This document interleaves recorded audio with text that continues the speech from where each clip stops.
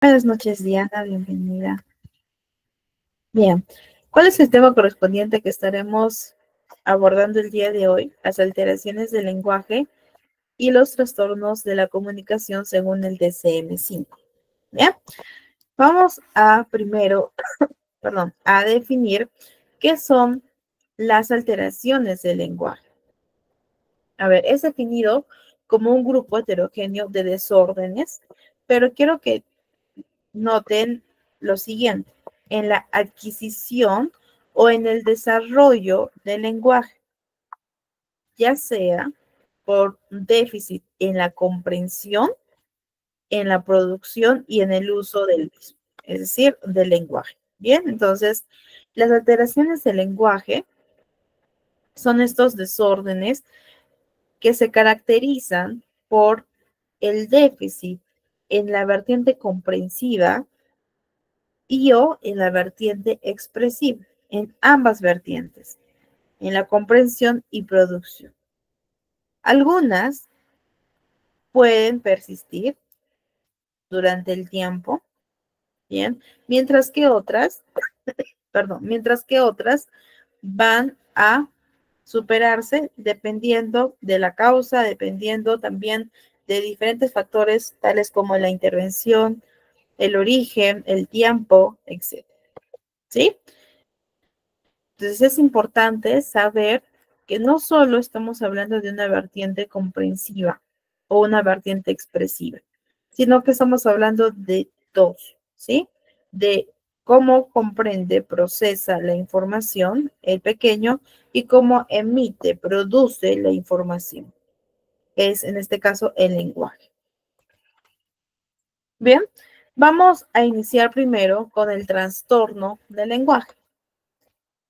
Según el DSM, un niño debe presentar los siguientes signos y síntomas, ¿sí? Que son criterios que se debe de observar en el pequeño para poder realizar un buen diagnóstico, ¿no? En el caso de los terapeutas del lenguaje. A ver, en este caso, precisamente el trastorno del lenguaje, el niño debe presentar dificultad persistente, ojo, dificultad persistente en la adquisición y el uso del lenguaje en todas sus modalidades. Entonces, el pequeño va a presentar deficiencia a nivel comprensivo o también a nivel de la producción, de las dos vertientes, vertiente comprensiva y vertiente expresiva. Recordemos que estamos hablando de dificultades que son persistentes. Dentro del criterio A, el menor presentará vocabulario reducido.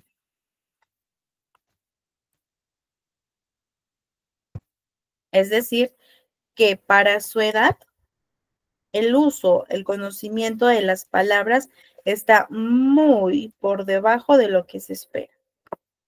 Por lo tanto, tiene un vocabulario reducido. Su estructura gramatical es limitada. Recordando que esta capacidad, que es la estructura gramatical, se manifiesta para situar las palabras de modo que podamos realizar frases u oraciones que estén gramatical y morfológicamente es correcto. Entonces, en este caso, los niños con trastorno del lenguaje presentan una estructura gramatical limitada. Esta capacidad tiene tiene esta dificultad para poder situar las palabras y formar frases u oraciones basándose en las reglas gramaticales y morfológicas. Bien, y el tercer punto dentro del criterio A tenemos el deterioro del discurso, que es esta capacidad para que el niño tiene para usar el vocabulario, conectar frases y describir un tema, explicar un tema o tener una conversación. Sin embargo, un niño con trastorno del lenguaje presenta dificultad para llevar a cabo un discurso. Entonces, nuevamente, ¿sí? Estas dificultades, vocabulario reducido, estructura gramatical limitada y el deterioro del discurso, son principales para el trastorno del lenguaje. Dificultades persistentes. Entonces, siempre recordemos, dentro del trastorno del lenguaje, tenemos el vocabulario reducido, la estructura gramatical limitada y el deterioro del discurso. Como criterio B, estas capacidades, ¿cuáles? Precisamente el vocabulario, la estructura gramatical y el discurso. Dichas capacidades están notablemente por debajo de lo esperado para la edad de los niños. Precisamente esto, lo que les mencionaba en las sesiones anteriores, que es importante conocer, ¿no? ¿Cuáles son los hitos? ¿Qué es lo que se espera para la edad de cada uno de los pequeños? Entonces, yo tengo que ver si mi niño tiene una edad suficiente para tener un buen vocabulario, para tener una estructura gramatical adecuada y un deterioro también, perdón, un discurso adecuado. Caso contrario, podríamos estar hablando de un posible trastorno del lenguaje. Bien. Criterio C. El inicio de los síntomas se produce en las primeras fases del periodo del desarrollo, es decir, en la niñez temprana. ¿Sí? Este criterio, el C, se va a repetir en todos los trastornos que vamos a ver hoy día. ¿Sí? Porque precisamente, ¿no? Los síntomas, en este caso, los que vemos en el criterio A, vocabulario reducido, estructura gramática limitada y el deterioro del discurso, se producen en esas primeras fases, que es la niñez temprana. Bien, el criterio D nos menciona que las dificultades que está presentando el niño no se pueden atribuir a un deterioro sensorial, tampoco a una disfunción motora, tampoco a una afección médica o neurológica. No se explica mejor por una discapacidad intelectual o un retraso global del desarrollo. Bien, entonces esto les permite realizar el diagnóstico diferencial. Por eso es importante siempre que el menor pueda acudir, ¿sí?, a los diferentes especialistas para hacer un descarte neurológico, un descarte de alguna afección médica, quizás también un descarte de algún trastorno propio del neurodesarrollo, tales como TEA, TDA, TDAH, discapacidad intelectual.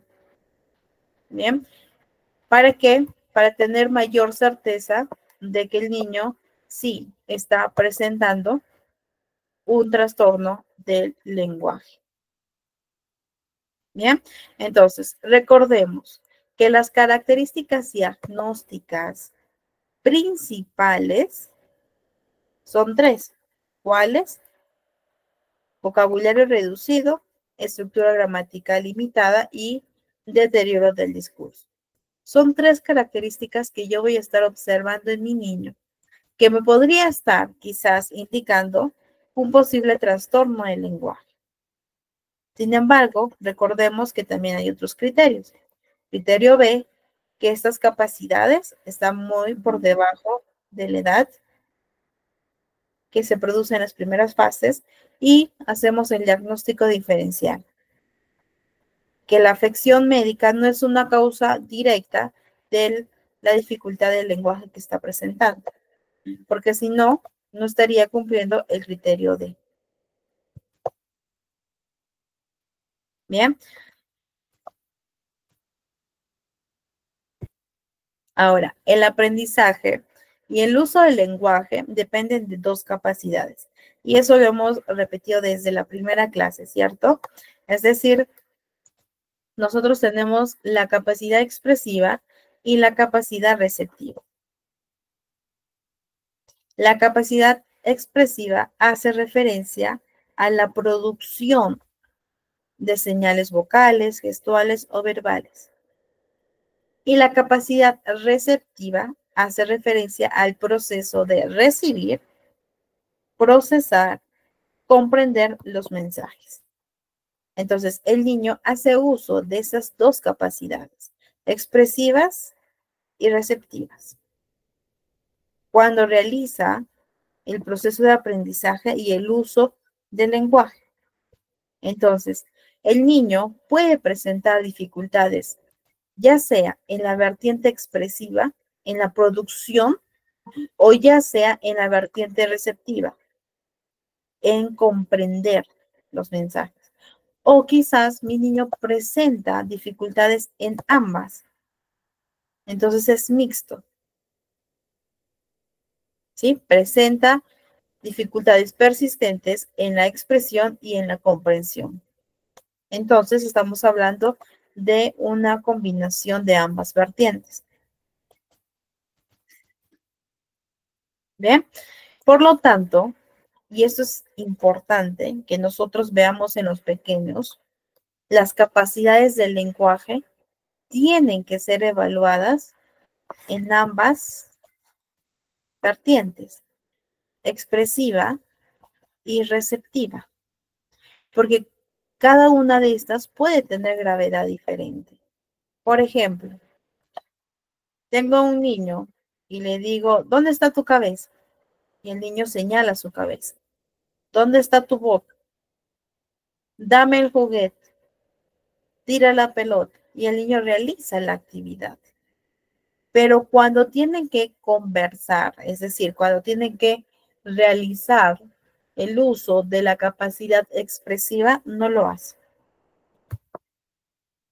En este caso, es posible que la vertiente comprensiva presente dificultad en un grado más alto, mientras que la vertiente comprensiva podría estar presentando dificultad, pero en menos nivel, con menos gravedad. ¿Sí? Entonces, en otro caso, el lenguaje expresivo del niño puede estar limitado, mientras que el receptivo no podría tener quizás ninguna deficiencia. Y esto sucede. Por ejemplo, un niño de 3 años. Habíamos comentado que el niño de 3 años ya es capaz de explayar un poco más su vocabulario, a diferencia de un niño de 1 año. Nos puede contar anécdotas recientes. Y es la famosa etapa del por qué. Pues si un niño de 3 años no lleva a cabo esta capacidad expresiva, pero sí entiende y obedece cuando se le da instrucciones, comprende la información, está presentando dificultad, pero en una vertiente, en este caso en la vertiente expresiva, y probablemente no en la vertiente comprensiva. Por eso es fundamental siempre visualizar, observar, prestar atención y evaluar ambas modalidades, expresiva y receptiva. Bien, ahora, según el DCM, este trastorno del lenguaje normalmente afecta el vocabulario, la gramática y el discurso. ¿Sí? Que son las 3 características principales de este trastorno. ¿Qué más nos dice? Que las primeras palabras, las primeras frases del niño, es probable que se inicie de manera retrasada. Ya estamos observando que quizás mi niño de 4 años no puede producir frases de 2 palabras. Bien, su vocabulario es muy reducido, muy limitado, no es variado. Probablemente sus frases son muy cortas, presenta errores gramaticales. En vez de decir papá ven, o en vez de decir papá come galletas, dice galletas come papá. ¿Sí? Entonces, aquí es importante, chicos, chicas, evaluar esas 3 características: vocabulario, gramática y discurso, modalidad expresiva y modalidad receptiva, en ambas vertientes. Observar la edad del niño, considerar también los hitos, es decir, lo que se espera para la edad de cada uno de los pequeños, ¿sí? De la etapa de los pequeños.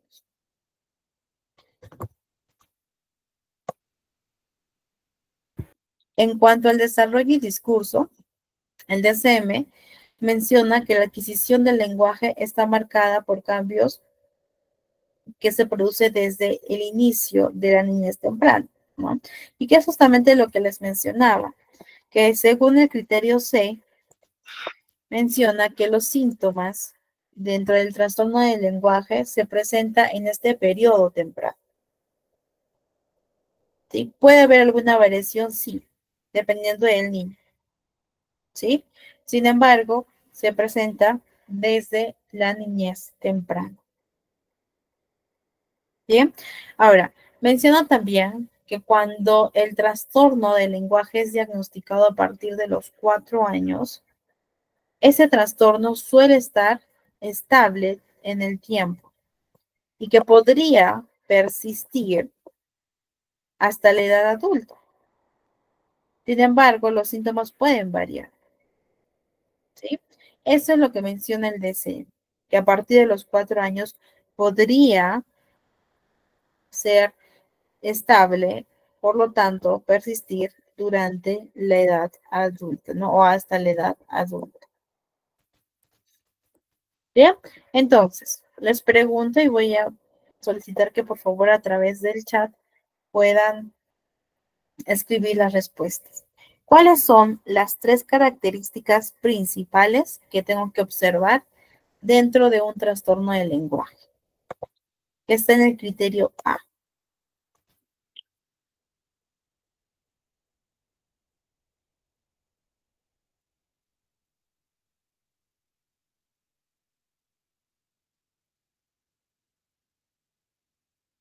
¿Cuáles creen ustedes que son estas 3 características principales dentro del trastorno del lenguaje?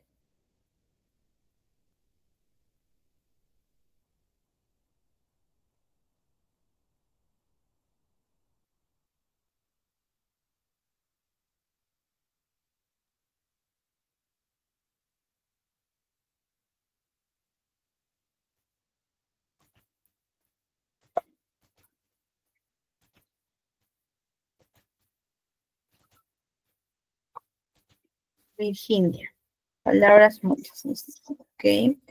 Llama. Dice vocabulario reducido, estructura gramatical limitada y deterioro del discurso. Excelente. O incompletas. También, Virginia, no acortan las palabras. Excelente. No son 3 características fundamentales. Vocabulario reducido, estructura gramatical limitada y deterioro del discurso. Ahora, puede ser, me van a contestar en el chat, ¿sí? Puede ser que un niño presente dificultades en la vertiente comprensiva y en la vertiente expresiva. ¿Será posible que un menor o un pequeño presente dificultades en ambas vertientes, comprensiva y expresiva? ¿Sí o no? Así es, Patricia. Sí, sí es posible. Como también puede solo presentar en una vertiente, ya sea comprensiva o ya sea expresiva. Por lo tanto, tenemos que observar ambas vertientes, ambas capacidades. Bien, vamos a observar un video de algunas recomendaciones para padres con niños que presentan este trastorno del lenguaje.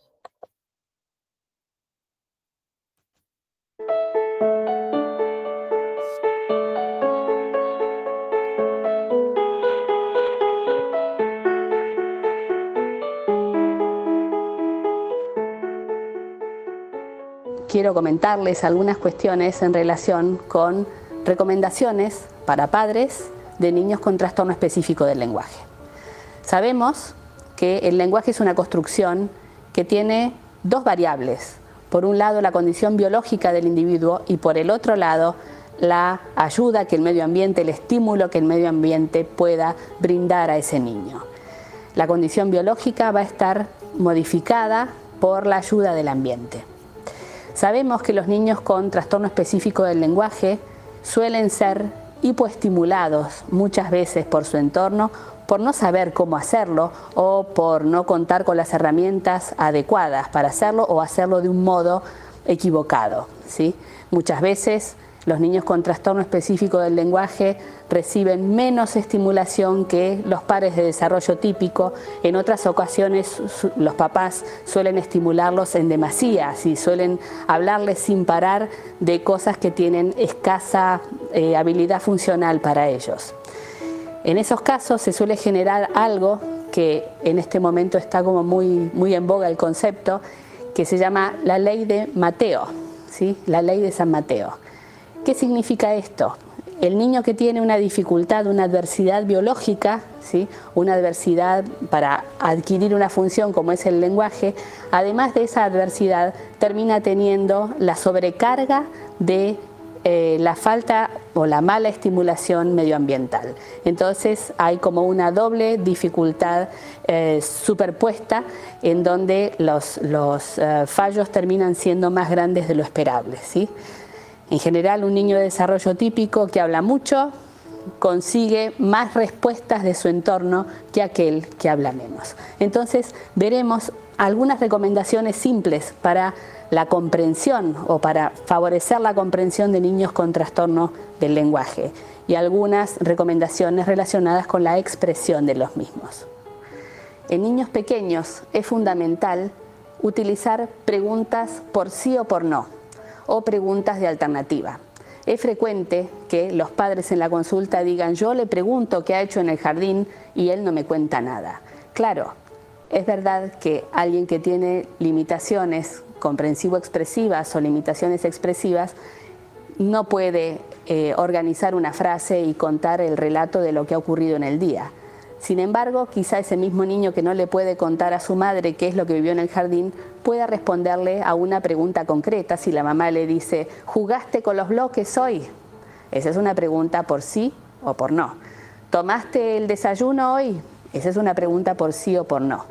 O una pregunta de alternativa también es algo que puede favorecer la situación. De pronto, si la madre le pregunta: ¿en el desayuno tomaron jugo o té?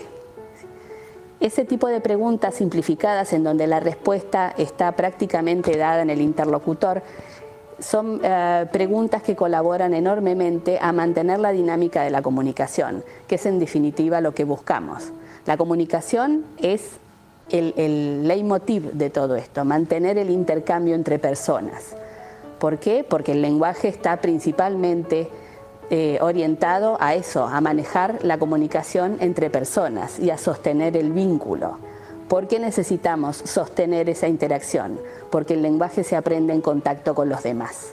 Entonces esa vía debe permanecer permeable de manera continua, ¿sí? No se debe cortar o limitar por las limitaciones comprensivo-expresivas o expresivas que pueda tener el niño. Entonces, estas son algunas de las recomendaciones generales que pueden ponerse en práctica con niños pequeños con TEL. También es verdad que hay otras situaciones en donde la comprensión está más conservada y los problemas son eminentemente expresivos. En esos casos, lo que debemos hacer es no hacer correcciones sistemáticas sobre la forma del lenguaje.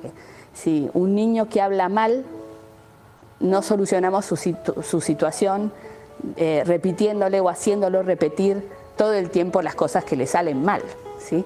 Sino buscando herramientas y técnicas, que bueno, de eso nos ocupamos las fonoaudiólogas, herramientas y técnicas para darles a los padres para que el niño pueda expresarse de un modo más fluido. 16. Ahora, hoy es 17. Le vamos a hacer un círculo. ¿Qué día de la semana es? 17. ¿Qué día de la semana es? Es un jueves. Después de jueves viene el... ¿Sí? Dentro de esas técnicas encontramos lo que se llama reformulación del lenguaje, es decir, cuando un niño dice mal una expresión, una frase o lo que sea, es el adulto que la reformula y la deja flotando en el aire con el modo correcto en el que tiene que ser producida. La repetición, o hacer repetir permanentemente a los chicos el modelo correcto de las palabras y demás, no suele ser una solución adecuada, ¿sí? El niño debe tener el modelo correcto, sí, a su alrededor, pero a la vez las estrategias que lo faciliten para acceder a ese modelo, ¿sí? Y hay un hecho que es sumamente importante en toda esta situación y que no lo mencioné hasta ahora, y es que la información que uno debe tratar de manejar siempre es información funcional, es decir, información relevante para el niño, ¿sí? Si un niño no sabe responder cómo es su nombre, no tiene sentido que le enseñemos los colores, ¿sí? Porque antes de aprender los colores, tengo que saber cómo me llamo, ¿sí? Entonces, seleccionar los contenidos que sean funcionales a la comunicación, aquello que sea relevante como para poder seguir manteniendo el vínculo comunicativo con los demás.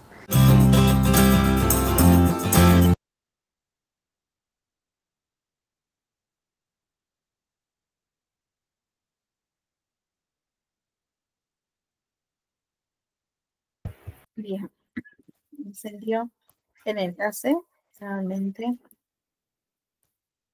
ver un momentito. Vamos a continuar con el trastorno fonológico. Bien, hemos visto ya el trastorno del lenguaje, algunas recomendaciones también para los padres que presentan o tienen niños, ¿no? Que presentan el diagnóstico de trastorno del lenguaje. Ahora, el trastorno fonológico. Buenas noches, Liliana, no te preocupes, bienvenida.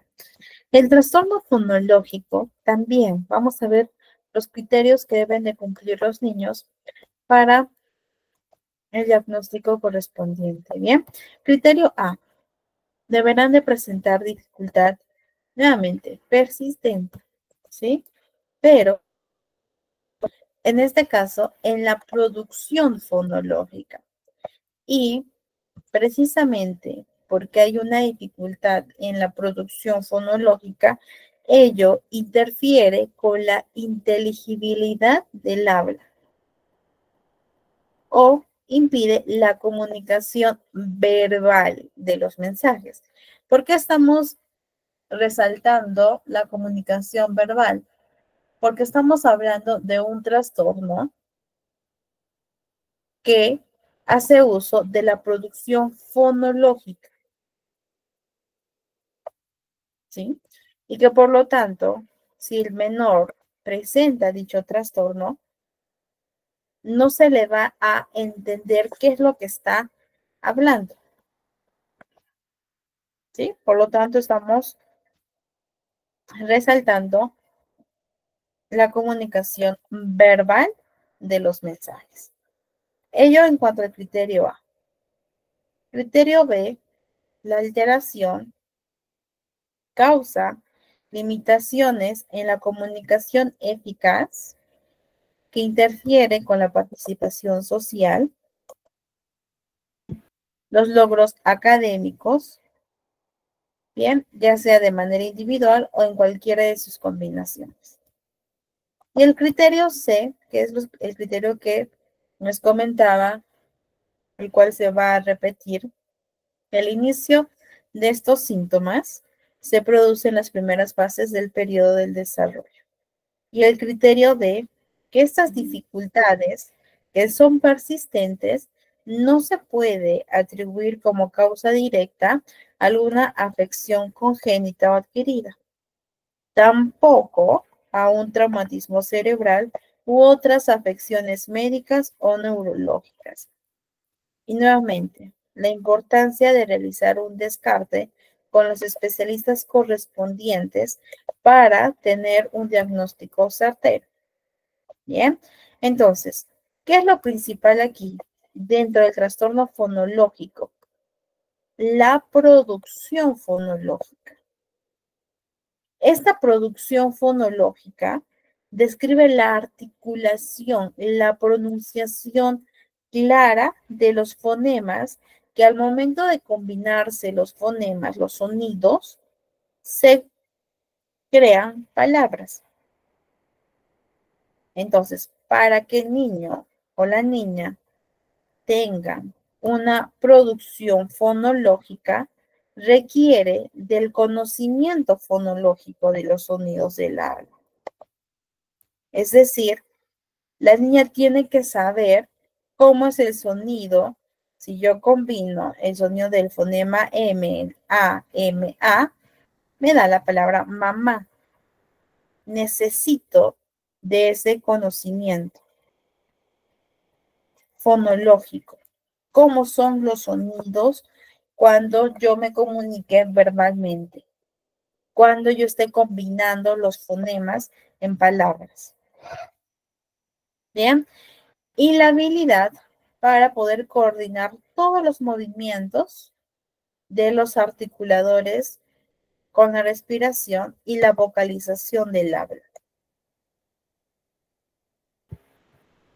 Entonces, la producción fonológica requiere de dos aspectos: conocimiento fonológico y la coordinación de los movimientos.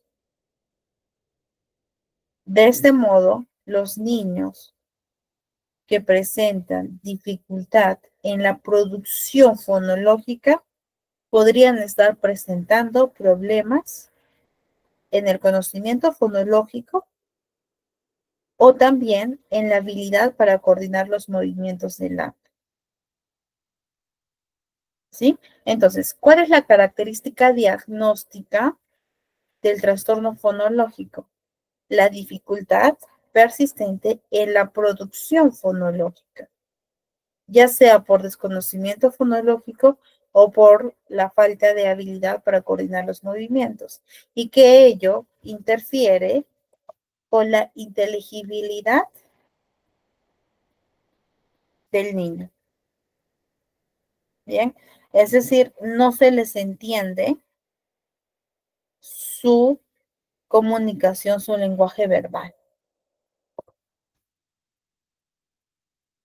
Bien, entonces, este trastorno fonológico se diagnostica cuando la producción de los sonidos no es la que se espera para la edad de un niño. ¿Sí? En los niños de 4 añitos, con un desarrollo totalmente normal en el lenguaje, ya podemos entender, es decir, el habla general tiende a ser más inteligible. A los 2 años se le entiende, pero en un 50%. Pero si mi niño tiene 4 años y no le entiendo lo que comunica verbalmente, podría ser que esté presentando un trastorno fonológico. Su lenguaje no es entendido, lenguaje verbal. Bien. En cuanto a su desarrollo y curso, recordemos, ¿sí? Y ojo, no es inusual que los niños con un desarrollo normal pueden acortar palabras, pueden acortar sílabas, cuando estos están aprendiendo a hablar, ¿sí? Pero ¿qué pasa? Que la producción fonológica, el dominio de esta producción fonológica, conduce a los niños a un habla inteligible a partir de los 3 añitos. Si recordemos, según el DSM, a los 4 años, mayormente se les entiende. A los 2 años, un 50%. ¿Bien? Pero podría ser que mi niño está recién aprendiendo a hablar y sí, puede ser que esté acortando palabras, que esté acortando sílabas, pero en el transcurso, con la estimulación, con la intervención, la producción fonológica va a conducir a mi pequeño a un habla mayoritariamente inteligible a los 3 años. Sin embargo, los niños que sí presentan un trastorno fonológico, a los 3 años 4 años siguen utilizando estos procesos inmaduros. Es decir, siguen acortando palabras y sílabas. Ya a los 7 años se debería de producir todos los sonidos del habla con claridad.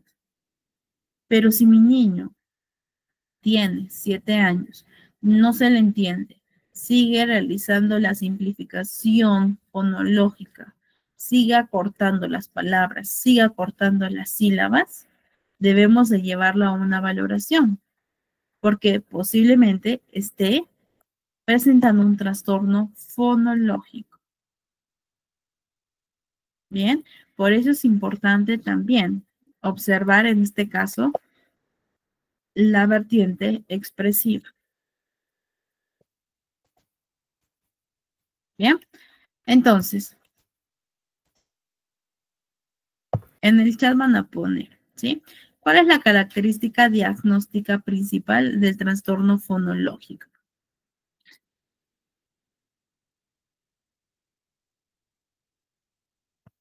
¿Cuál es la característica principal del trastorno fonológico?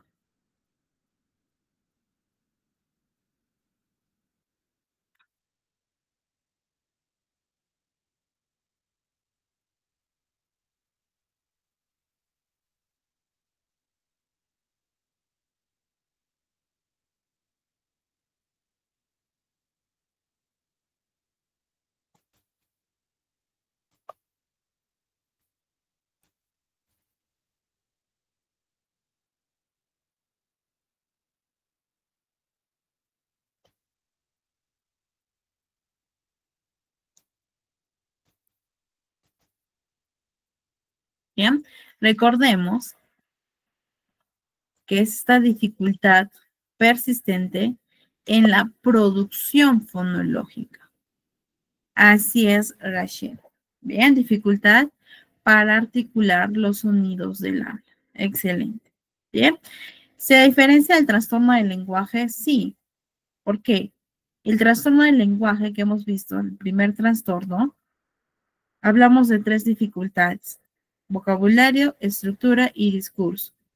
¿Cierto? Estructura gramatical y discurso. En este caso específico del trastorno fonológico, estamos hablando de la articulación de los sonidos del habla, que evidentemente presentan dicha dificultad. Bien, entonces es la diferencia principal que tenemos de ambos trastornos. ¿Listo?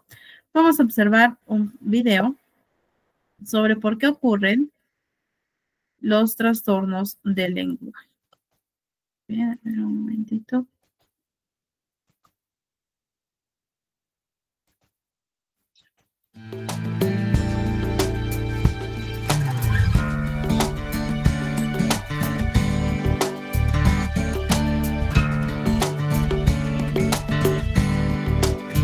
Una pregunta sería, ¿por qué ocurren los trastornos del lenguaje? A modo de ejemplo, nosotros vemos que el pájaro, por ejemplo, tiene una tarea fácil, tiene 3 tonos, un tono para la primavera, un tono para el otoño, un tono para la búsqueda de pareja. Pero ¿qué pasa en el humano, en el niño? ¿Qué pasa cuando un niño no adquiere el lenguaje, no empieza a hablar? Desde el punto de vista de lo neurobiológico, del neurodesarrollo, uno puede explicar a partir de 2 ideas: las dificultades ambientales y las dificultades biológicas. Cuando nosotros hablamos de los aspectos ambientales o de las causas ambientales, tenemos el ejemplo del niño de Aveirón, que es un niño que es criado en la selva solo, sin contacto con un humano, que no llega a hablar, que no llega a tener contacto con el lenguaje del humano. Entonces tenemos que tener la relación de la incidencia, de la estimulación del ambiente en el desarrollo del lenguaje del individuo. La importancia del lenguaje materno, de la estimulación materna, donde la mamá le va a dar no solo el tono al lenguaje verbal, sino también a la comunicación, le va a dar la impronta, el afecto, todo aquello que acompaña a la comunicación y al lenguaje. Siempre se pensó que en realidad los déficits en el desarrollo del lenguaje tenían una alta importancia en los factores ambientales. Pero luego se empezó a ver que el TEL, el trastorno específico del lenguaje, donde se empiezan a demorar en la producción del lenguaje, es más frecuente en los varones, o sea que uno tiene que tener en cuenta la incidencia de las hormonas sexuales en el desarrollo de las áreas del cerebro que van a involucrar al lenguaje. También se empezó a ver que era más frecuente en gemelos, y acá empezamos a hablar de las causas genéticas. Es decir, el programa del desarrollo de las áreas del lenguaje va a estar codificado en los cromosomas. Se habla de alteraciones en los cromosomas 16, en el cromosoma 19, en el cromosoma 13 y en el cromosoma 3. Y luego se empiezan a incorporar las alteraciones en los procesos de organización de las áreas del lenguaje. Dentro de esos genes, los haplotipos o los distintos subtipos genéticos como el FOXP2. En ese sentido, nosotros encontramos que los estudios moleculares se encuentra que la afectación en un gen o a veces en más de un gen combinados entre sí nos da como consecuencia trastornos en el lenguaje en una familia con mucha más frecuencia que en otra familia. Y ya no se debe solamente a factores ambientales, sino también a estos aspectos moleculares.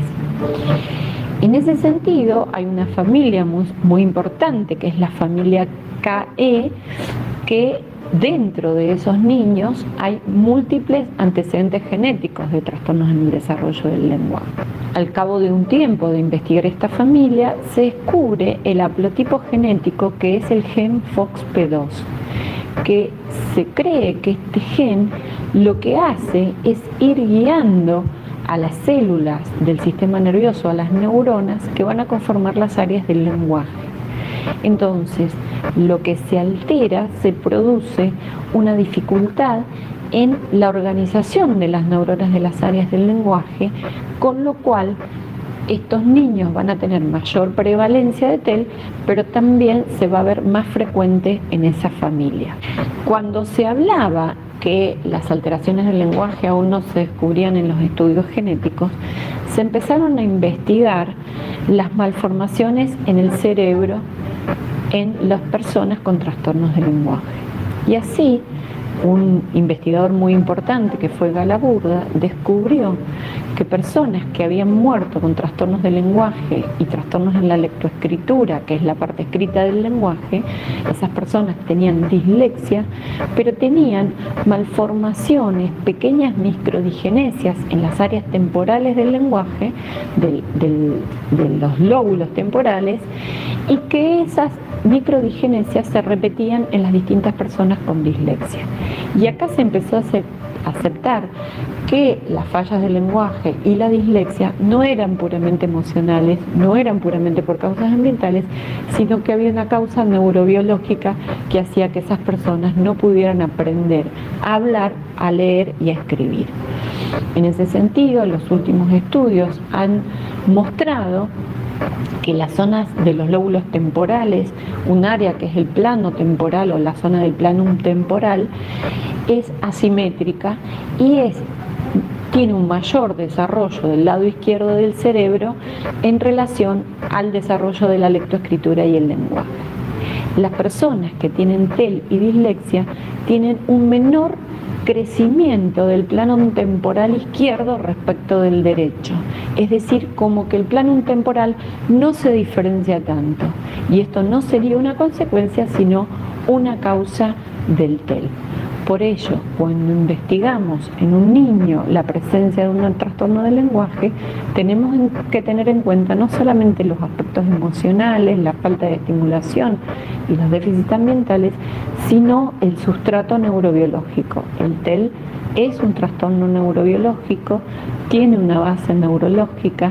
Los estudios nos muestran que el electroencefalograma tiene más descargas que nos muestran la desorganización en la maduración de ese cerebro infantil, y tenemos que tenerlo en cuenta no solamente para el diagnóstico, sino también para el tratamiento.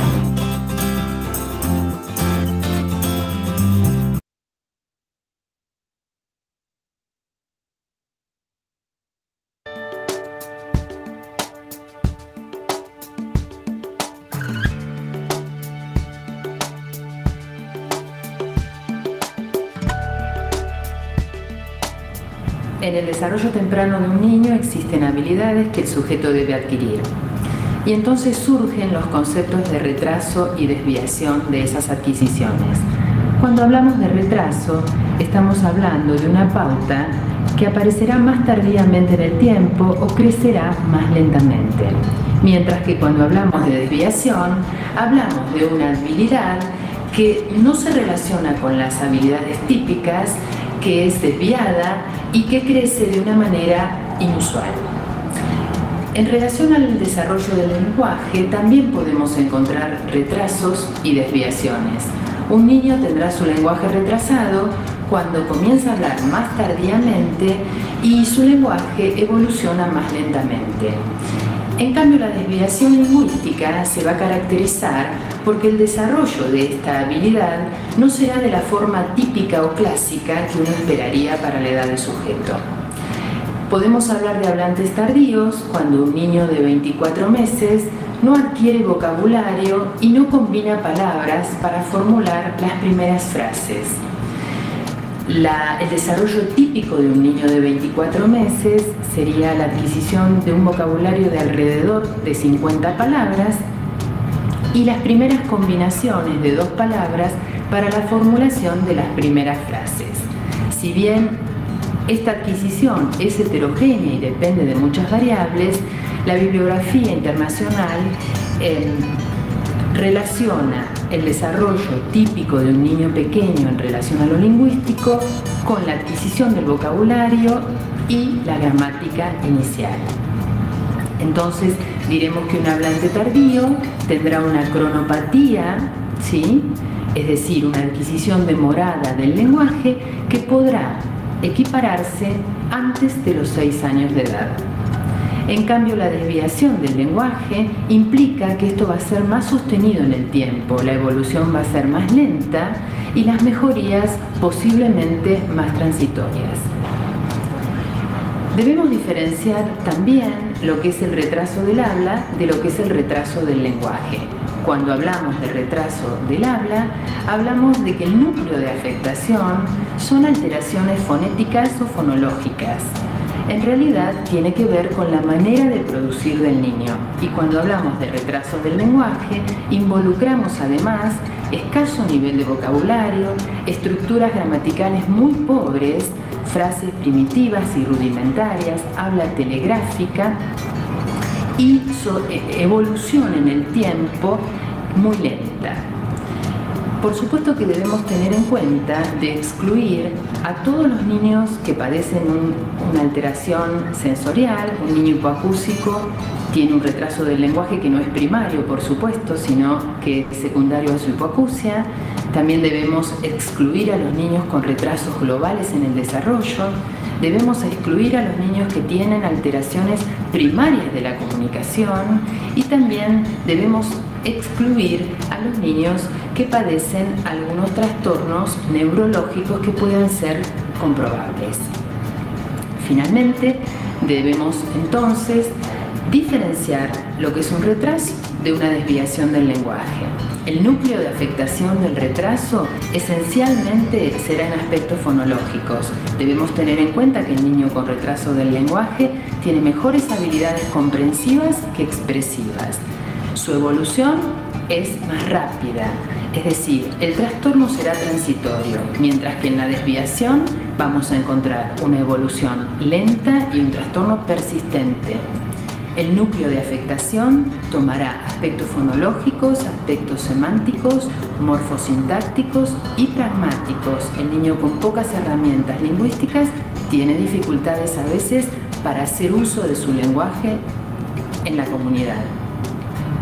Finalmente, el especialista del lenguaje será el que evalúe al niño pequeño, determine si las características clínicas corresponden a un retraso o a una desviación, y la evolución del niño con intervención terapéutica o sin ella terminará de definir el cuadro.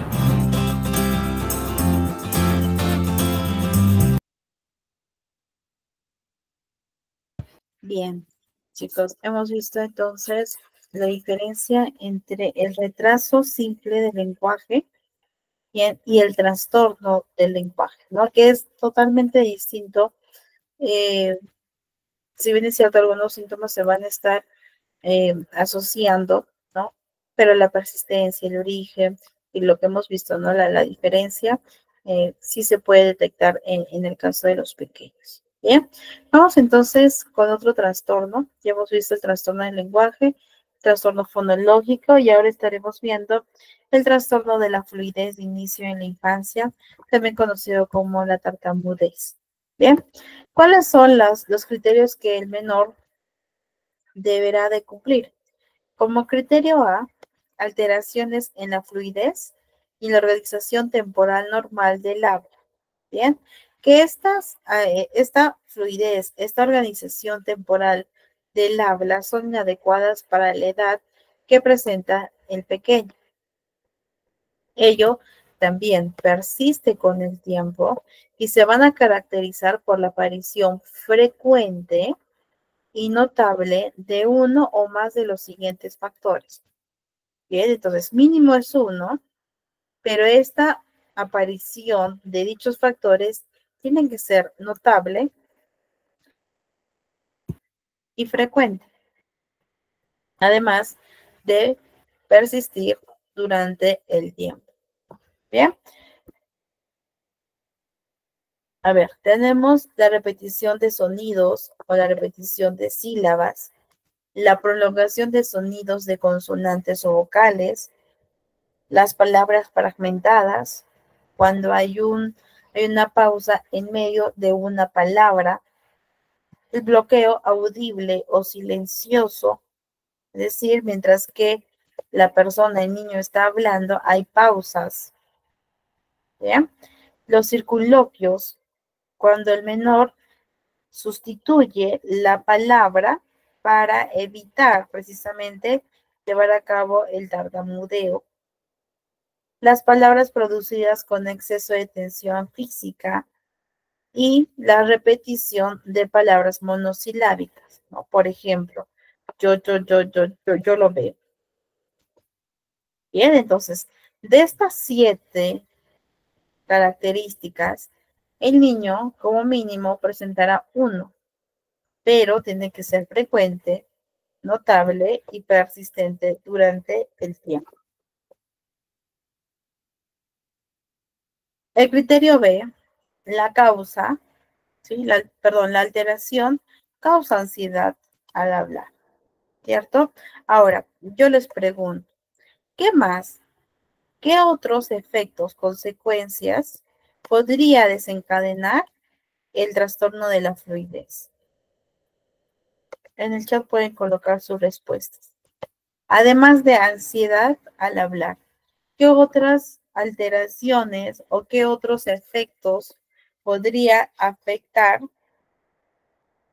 o desarrollar en el niño este trastorno de la fluidez?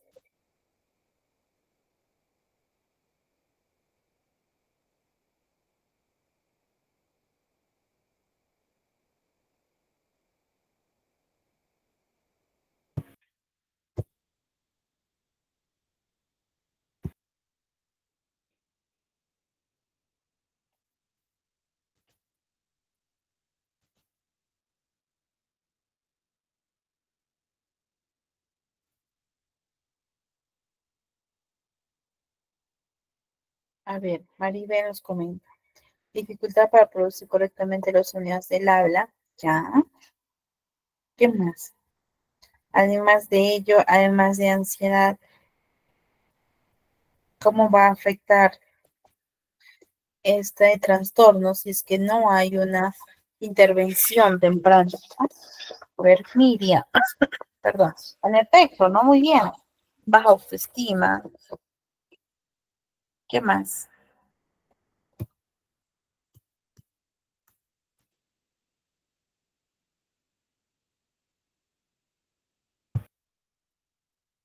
además de baja autoestima, ansiedad? ¿Qué otros efectos pueden surgir?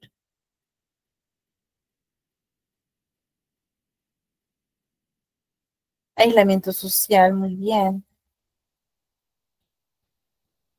Las relaciones, excelente.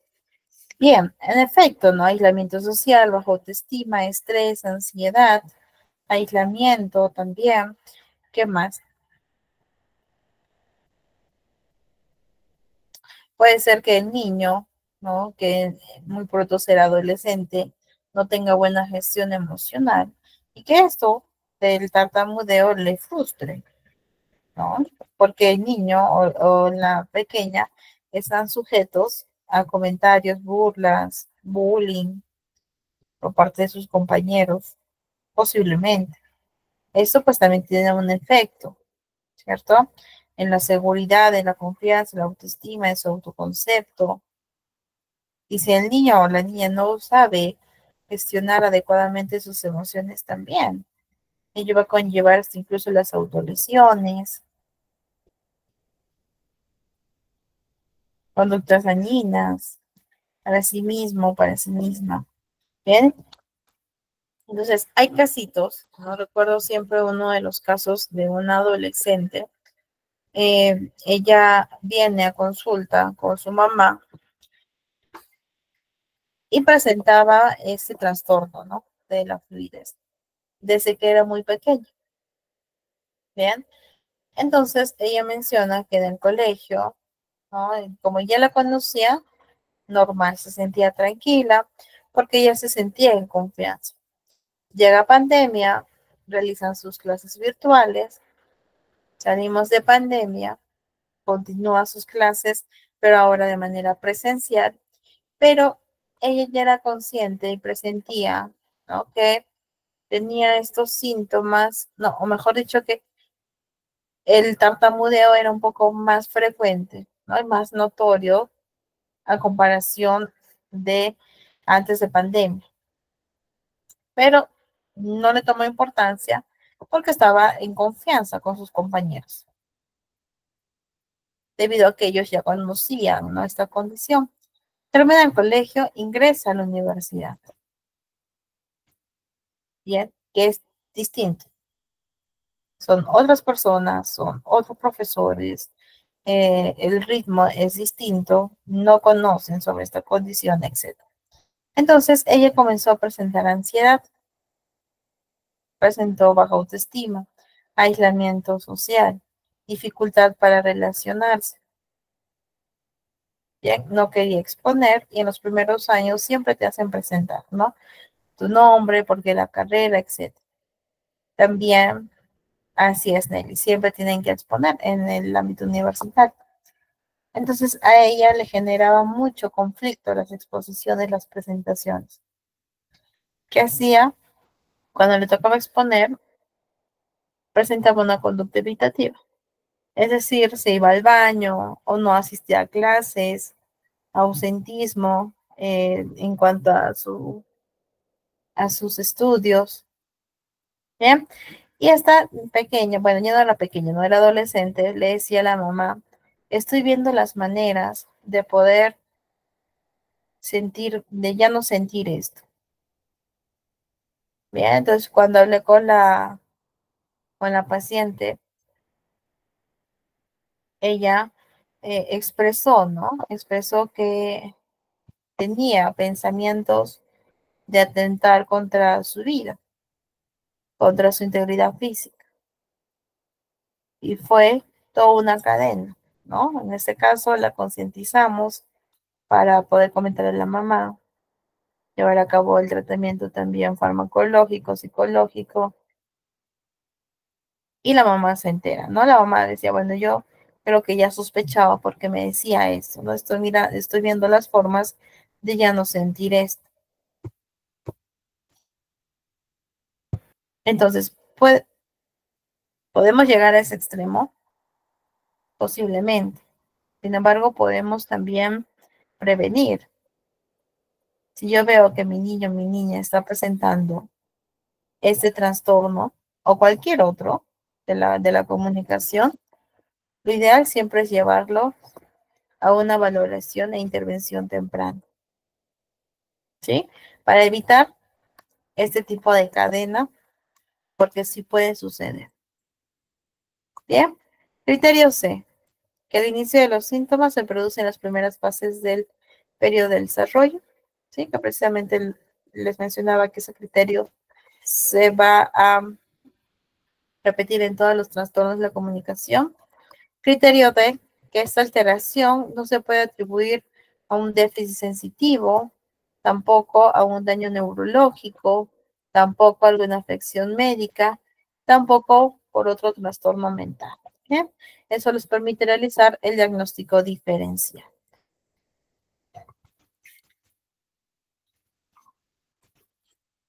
Bien, entonces, la alteración de la fluidez va a interferir evidentemente con el rendimiento académico, también con la comunicación social, como ustedes lo mencionaron, se aíslan socialmente. Bien, y también la gravedad puede variar dependiendo de la situación. Por ejemplo, si yo estoy en un lugar donde hay expectativa para hablar, donde hay expectativa de ser observado, por ejemplo, en una exposición, es posible que la disfluencia pues sea más notoria, que tartamudee con más frecuencia, por el tipo de presión al cual el niño o la niña está sometida. En cuanto al desarrollo y discurso, según el DCM, este trastorno se presenta antes de los 6 años en un 80 o 90%. Entonces sitúa la edad de inicio entre los 2 y 7 años. Ahora, estas disfluencias podrían estar empezando con repetición de las consonantes iniciales de las palabras. ¿Sí? Entonces hay que estar observando ello. A partir de los 2-7 años, según el DCM, podría situarse en la edad de inicio de ese trastorno.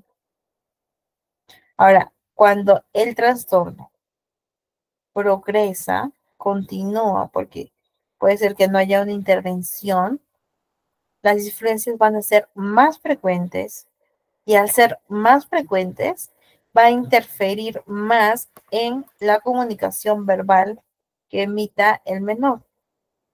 Y cuando el niño ya llega a ser consciente de esta dificultad que está presentando, va a utilizar mecanismos para poder evitar la disfluidez.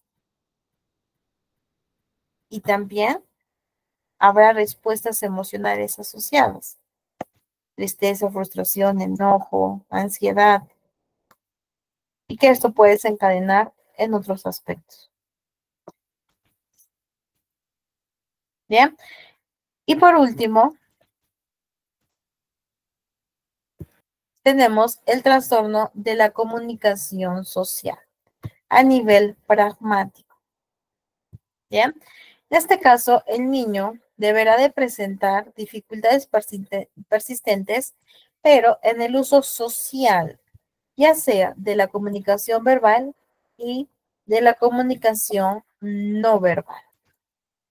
¿Sí? Entonces, aquí en el nivel pragmático, en el trastorno de la comunicación social, precisamente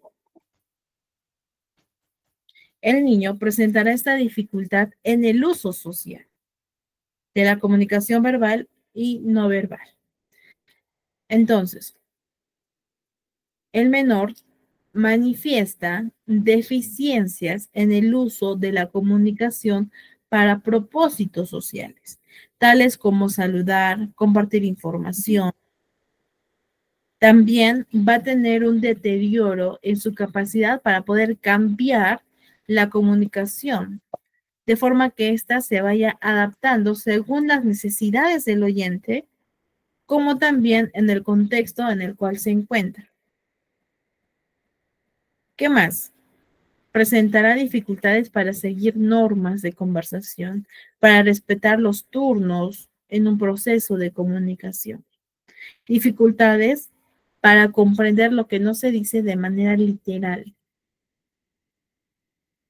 Tienen problemas para hacer inferencias, para entender, comprender las metáforas, el humor, las expresiones idiomáticas, ¿bien? Que es propio del uso social del lenguaje. ¿Sí? Como criterio B, las deficiencias causan limitaciones funcionales en la comunicación eficaz, también en la participación social, en las relaciones sociales, precisamente porque están presentando estos 4 factores.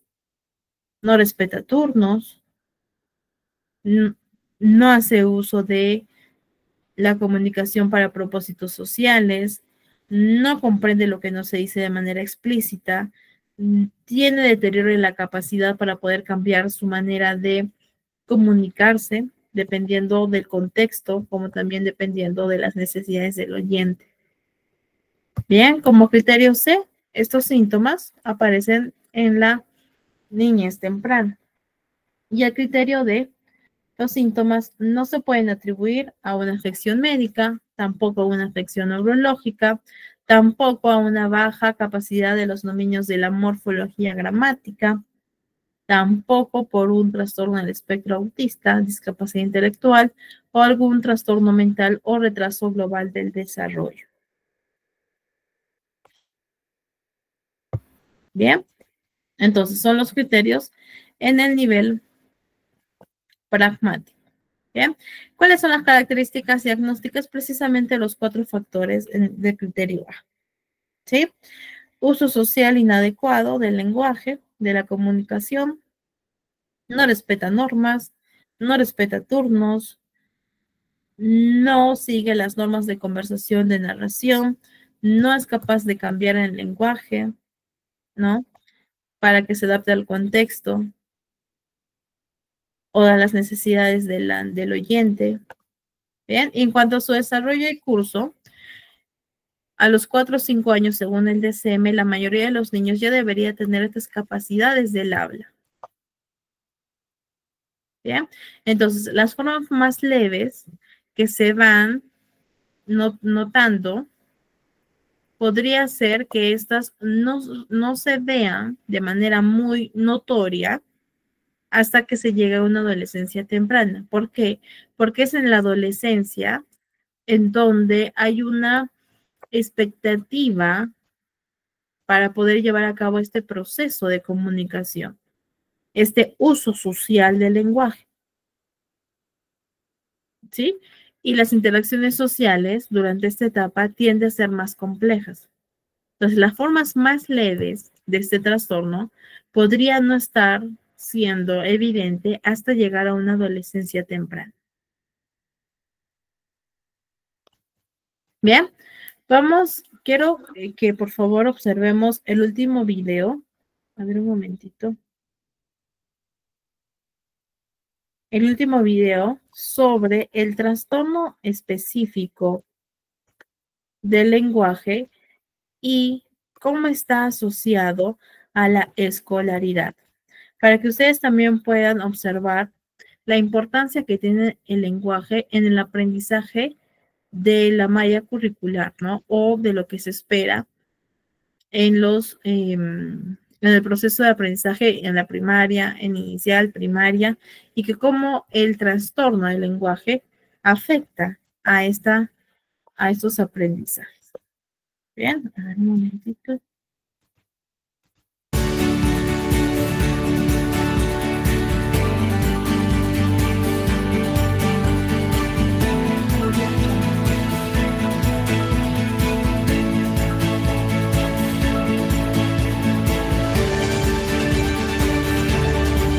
Como sabemos, el trastorno específico del lenguaje, el TEL, es un trastorno en la adquisición y el desarrollo del lenguaje oral en ausencia de una afectación neurológica, sensoriomotora, cognitiva, emocional o social y que afecta a varios componentes del lenguaje en diferente grado, tanto a nivel expresivo como receptivo. Haciendo una categorización general, podemos decir que los trastornos específicos del lenguaje pueden ser mixtos si afectan a la comprensión y a la expresión, o expresivos si alteran solamente la capacidad de expresarse. Los chicos con trastornos del lenguaje muchas veces presentan, la mayoría de las veces, presentan asociadas dificultades para desarrollar habilidades académicas. Cuando decimos habilidades académicas pensamos en el cálculo, en la lectura comprensiva, la escritura y la lectura, la fluidez lectora y la velocidad lectora. Develar los misterios de la construcción de la lengua y del lenguaje para estos niños es una necesidad de la hora terapéutica. Los niños que asisten a jardín de infantes, salas de 3, 4 y 5 años, pueden tener un tipo de manifestación conductual y comunicativa, ¿sí? Y los niños mayores van a tener otro tipo de sintomatología. Entonces, en niños pequeños con trastornos mixtos del lenguaje es frecuente encontrar la presencia de hiperactividad, de desorganización en la conducta, la tendencia a dispersarse con mucha facilidad. En algunos casos puede ocurrir que tengan tendencia al aislamiento, ¿sí? Son niños que a veces tienen interés por vincularse con pares, pero no saben cómo comunicarse con ellos. Muchas veces también las docentes pueden observar que el nene no responde a consignas o necesita de repeticiones múltiples para poder entender el significado de lo que le están diciendo, el significado de la tarea. Otra de las dificultades que pueden observarse, y esto ya hace más a la parte expresiva, es que muchas veces se pueden expresar solo a través del uso de gestos o de gestos acompañando palabras aisladas o frases muy cortas. ¿Cuándo empezar? Bueno, tempranamente, es decir, mientras los niños están cursando preescolar, a la edad de 5 años, e incluso antes, ya en sala de 4 del nivel inicial, sí se ha confirmado el diagnóstico. ¿Por qué? Bueno, porque esto significa también anticiparse a los problemas que con generalidad tienen los niños con trastornos específicos del lenguaje para encarar la lectura y escritura. Es por ello que es muy importante que tengamos mucho cuidado cuando tengamos niños con TEL, que empecemos a trabajar las habilidades lectoras lo más tempranamente posible para prevenir posibles dificultades en el aprendizaje de lectura que son muy probables, aunque no siempre estén presentes. En general, el chico que tiene un trastorno específico del lenguaje mixto trata de comunicarse gestualmente, trata de compensar gestualmente lo que no puede expresar verbalmente.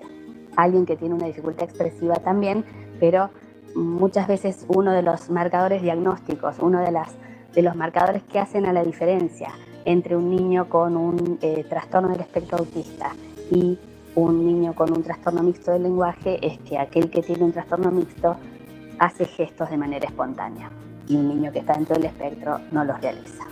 ¿Cómo empezar? Bueno, empezaremos por las vocales, ¿sí? Y trataremos de no caer en este sistema o en este orden a los que son tan afectos los educadores, que es el orden canónico. Entonces, no trabajaremos con A, E, I, O, U, a pesar de que a veces los niños nos dicen, mi seño me dice A, E, I, O, U. Bueno, tendremos recursos suficientes como para convencerlos de esta nueva metodología y entonces comenzaremos por las vocales que son más distinguibles por su producción en la boca, es decir, A, O, U, ¿sí? Que apoyaremos además con el gesto fonético y la aplicación del método bimodal. ¿Qué y cómo preguntar a un niño con trastorno de lenguaje? La realidad es que el tipo de preguntas que nosotros podemos hacer a un niño con trastorno de lenguaje dependerá de la cantidad de vocabulario que tenga. Si un niño tiene poquitas palabras y yo le hago una pregunta abierta en donde tiene que acudir a gran cantidad de vocabulario y a estructuras sintácticas complejas, esa pregunta no me la va a poder responder, ¿sí? De acuerdo al nivel de vocabulario que el niño tenga, podría hacer preguntas por sí o por no, preguntas de alternativas en donde pongo 2 opciones y el niño tiene que elegir alguna de esas opciones, y de ahí en más ir subiendo. Recordemos que las preguntas las podemos graficar a modo de montaña. En la base de la montaña vamos a tener lo más fácil, que es responder a preguntas por sí o por no. Le siguen las preguntas por alternativas y luego, subiendo el nivel de complejidad, vamos al qué, al quién, al dónde, al cuándo, al por qué y al cómo, ¿sí? En donde tenemos que producir, organizar una frase mucho más compleja, con elementos más sofisticados en su construcción y demás, a las que en una primera instancia los niños con trastornos del lenguaje no pueden acceder. Como estas son dificultades que pueden aparecer en chicos con trastornos del lenguaje, tenemos que pensar 2 cosas, por un lado, o 3 cosas. Por un lado, poder hacer un diagnóstico adecuado de cuáles son esas dificultades. Por otro lado, poder planificar la intervención posiblemente psicopedagógica para esas dificultades y abrir el panorama dentro del marco del colegio para que los chicos reciban aquellas adecuaciones que necesitan para poder rendir de acuerdo a su potencial y que no sea el trastorno del lenguaje un obstáculo para que ellos puedan llevar adelante aprendizajes académicos. Lo que tenemos que considerar es que los chicos tienen derecho a estas adecuaciones por ley. Existe la Ley Nacional de Dificultades de Aprendizaje, es la Ley 27.306, y en esa ley se estipula cuáles son las adecuaciones de acceso que debemos darle en el marco académico a los chicos con dificultades de aprendizaje.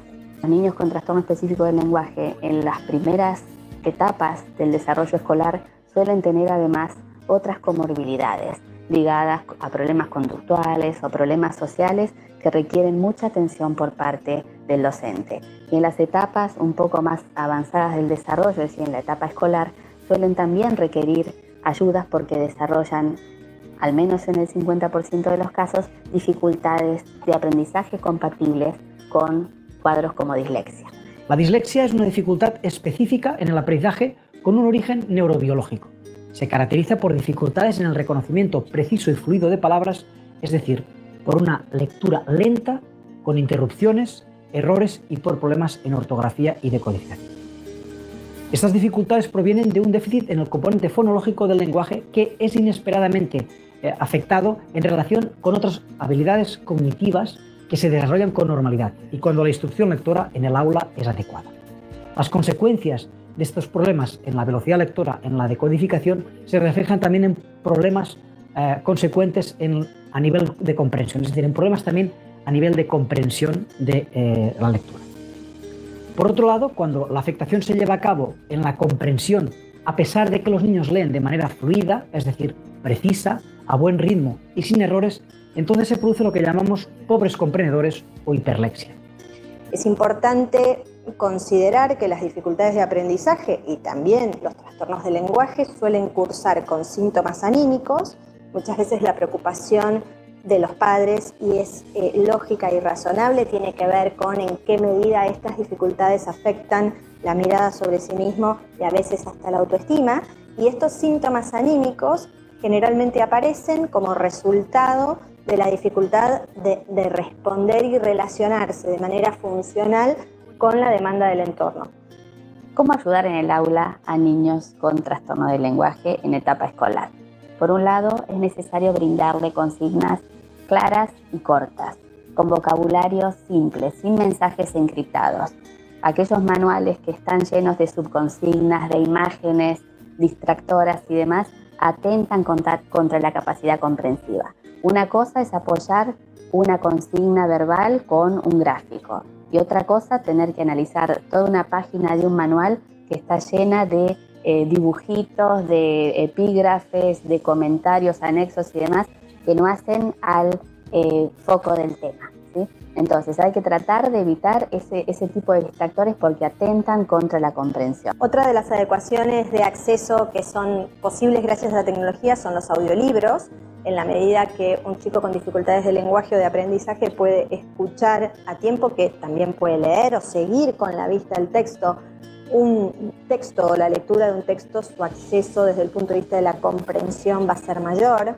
Algunas herramientas muy sencillas como reglas que son pensadas para chicos con dificultades de lectura, que tienen, digamos que lo que hacen es andamiar que los ojos sigan el renglón y no otra cosa durante la lectura, también favorecen la fluidez y la velocidad lectora y son herramientas muy sencillas de utilizar. Poder darles a los chicos, y esto es sumamente importante, los textos antes de que tengan que usarlos en clase, para que ellos puedan leerlos en casa, de tal manera que al momento de trabajar en clase están en igualdad de condiciones con sus compañeros. La primera lectura les posibilita la comprensión y la resolución de las actividades. ¿Cuáles son los síntomas de un trastorno del lenguaje en la etapa escolar? Es decir, ya cuando pasamos a la escolaridad primaria. Un síntoma común, sobre todo en niños con trastorno mixto, es la presencia de la habilidad atencional, ¿sí? El hecho de tener una comprensión más limitada conlleva muchas veces a tener menor capacidad para concentrarse, ¿sí? En esta etapa también pueden observarse problemas para comprender consignas. Muchas veces la maestra debe repetir más de una vez la consigna o darla de manera personalizada para que el niño la pueda entender. Otro de los síntomas que suelen aparecer en la etapa escolar es la dificultad para aprender a leer y escribir con los medios usuales de enseñanza.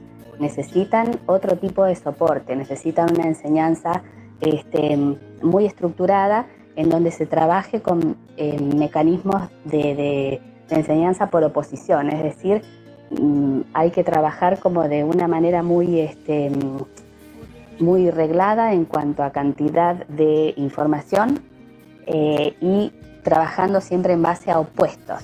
Otra cosa importante y una adecuación de acceso muy sencilla es permitir que los chicos escriban en imprenta y que no usen la cursiva. La cursiva para chicos con dificultades de aprendizaje suele ser un desafío, la imprenta minúscula es más sencilla. El quitar puntos por errores de ortografía en chicos con trastornos del lenguaje y de lectura. Las dificultades en ortografía son extremadamente prevalentes en estos chicos y es importante entender que si nosotros puntuamos o quitamos puntos en una evaluación por ortografía a un chico con dificultades de aprendizaje, estamos haciendo algo similar a pedirle a alguien que necesita anteojos que lea sin anteojos y responda a alguna actividad. Les cuento el caso de Juan.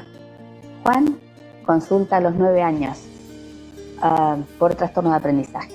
Había tenido un historial de consultas periódicas a psicólogos, psicopedagoga y demás por dificultades para aprender a leer y escribir. Llegó a 4º grado sin saber hacerlo. Entonces, en un momento se planteó la derivación para hacer un estudio lingüístico. Juan habla bien, no tiene problemas de pronunciación, pero al hacer la evaluación lingüística surge que tiene serias dificultades comprensivas. A su vez, otro síntoma que se le nota a Juan es que tiene problemas para recordar palabras y para organizar lo que quiere decir. Tengan en cuenta que las dificultades del lenguaje no siempre son evidentes. Muchas veces son dificultades silenciosas que afectan a la comprensión y al desarrollo del aprendizaje en general.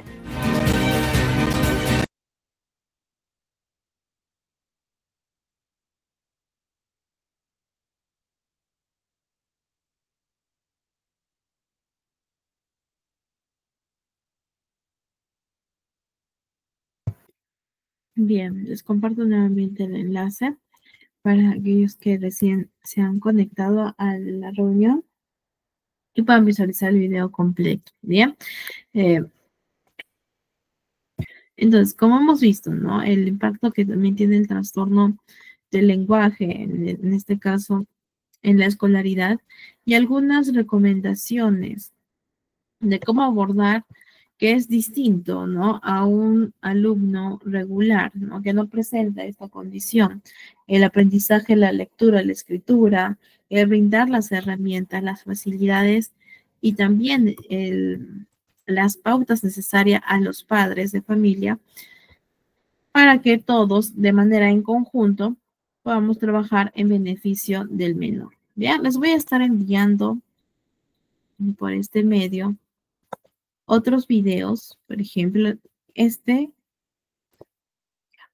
último es un resumen de todo lo que hemos visto, ¿no? El trastorno de la comunicación, ¿sí? Según el DSM. Son todos los trastornos que hemos visto hoy día, un poquito más detallado, explicado, ¿sí? Por uno de los psicólogos, ¿bien? Por otro lado, aquí, este último video también habla acerca del trastorno del desarrollo del lenguaje.